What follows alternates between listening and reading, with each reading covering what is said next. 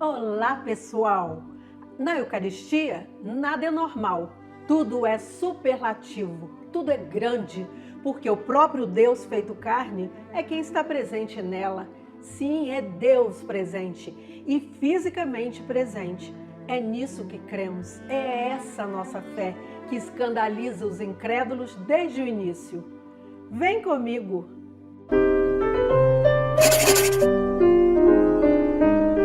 Desde os tempos mesmos de Jesus, um ano antes de ser instituída na última ceia, a Eucaristia, ela já escandalizava. Leiamos o capítulo 6, versículos do 47 ao 53 do Evangelho de São João. Em verdade vos digo, quem crê em mim tem a vida eterna. Eu sou o pão da vida. Vossos pais no deserto comeram o maná e morreram. Este é o pão que desceu do céu, para que não morra todo aquele que dele comer. Eu sou o pão vivo que desceu do céu. Quem comer deste pão viverá eternamente. E o pão que eu hei de dar é a minha carne para a salvação do mundo. A estas palavras, os judeus começaram a discutir, dizendo: como pode esse homem dar-nos de comer a sua carne? Então Jesus lhes disse: em verdade vos digo, se não comerdes a carne do Filho do Homem e não beberdes o seu sangue, não tereis a vida em vós mesmos. Palavra da salvação. Glória a vós, Senhor. Jesus torna a enfatizar para que todos compreendam que suas palavras não são metafóricas. Ele diz: em verdade vos digo, se não comerdes a carne do Filho do Homem e não beberdes o seu sangue, não tereis a vida em vós. Logo, Jesus não está de brincadeira, nem está criando metáforas, não está contando história, nem usando de parábolas. E para afastar qualquer dúvida possível, usa também o adjetivo verdadeira. Realmente, a minha carne é verdadeira comida. E prossegue no mesmo tom: o meu sangue é verdadeira bebida. E dando ainda mais materialização às palavras, conclui: quem come a minha carne e bebe o meu sangue permanece em mim e eu nele. A doutrina da Igreja Católica a respeito da Eucaristia sempre foi um ponto de divisão, uma pedra de tropeço para os fracos na fé. E é exatamente por causa de nossa fraqueza que Deus vem muitas vezes em nosso auxílio, dando-nos motivos adicionais para crer. Vamos então agora conhecer mais um milagre eucarístico, mais um motivo adicional para crermos. Foi em 1264, era uma época de difusão de heresias anti-eucarísticas que iam minando o que quase durante meio século fora a convicção comum e inquestionável, tanto no Oriente como no Ocidente, que Jesus está realmente presente na Eucaristia. O sacerdote se chamava Pedro de Praga, da Boêmia, e duvidava sobre a presença de Cristo na Eucaristia. Realizou então uma peregrinação a Roma para pedir sobre o túmulo de São Pedro uma graça de fé.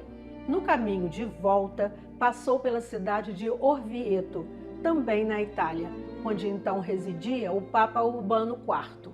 Em seguida, passou em Bolsena.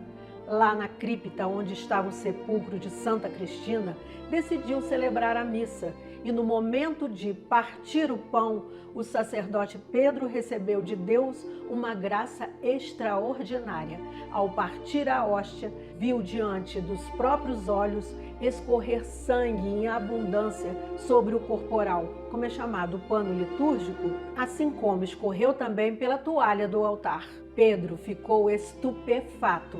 Os habitantes de Bolsena mandaram avisar imediatamente ao Papa Urbano IV, que, como disse, estava residindo em Orvieto, logo vizinho de Bolsena, 22 quilômetros de distância, de que havia acontecido um prodígio.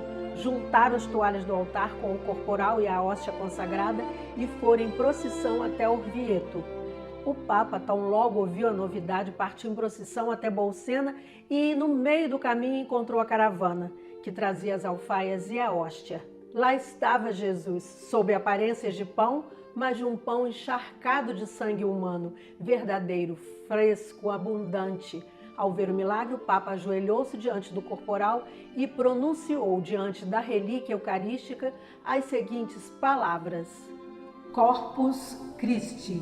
Logo depois o mostrou à população. Por causa disso, Urbano IV encarregou São Tomás de Aquino, grande teólogo e poeta, para compor o ofício para uma nova festa, que a partir deste dia seria incluída no calendário geral da Igreja, a festa de Corpus Christi, em celebração do sacrossanto mistério da Eucaristia.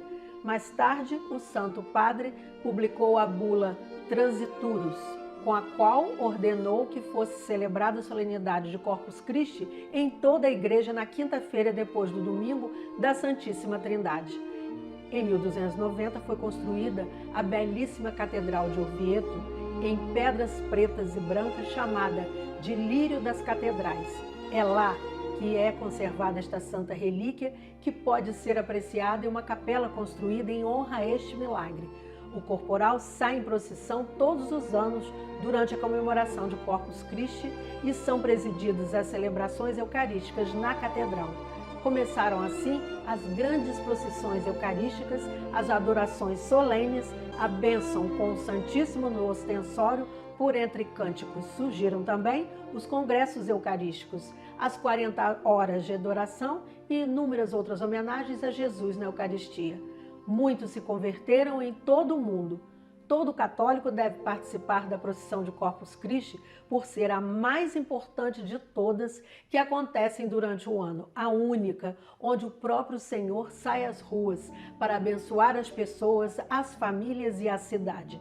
São João Paulo II, durante sua visita à Catedral de Orvieto em 1990, assinalou que Jesus se converteu em nosso alimento espiritual para transmitir-nos o segredo da vitória definitiva sobre o mal e a comunhão eterna com Deus. Até o próximo capítulo.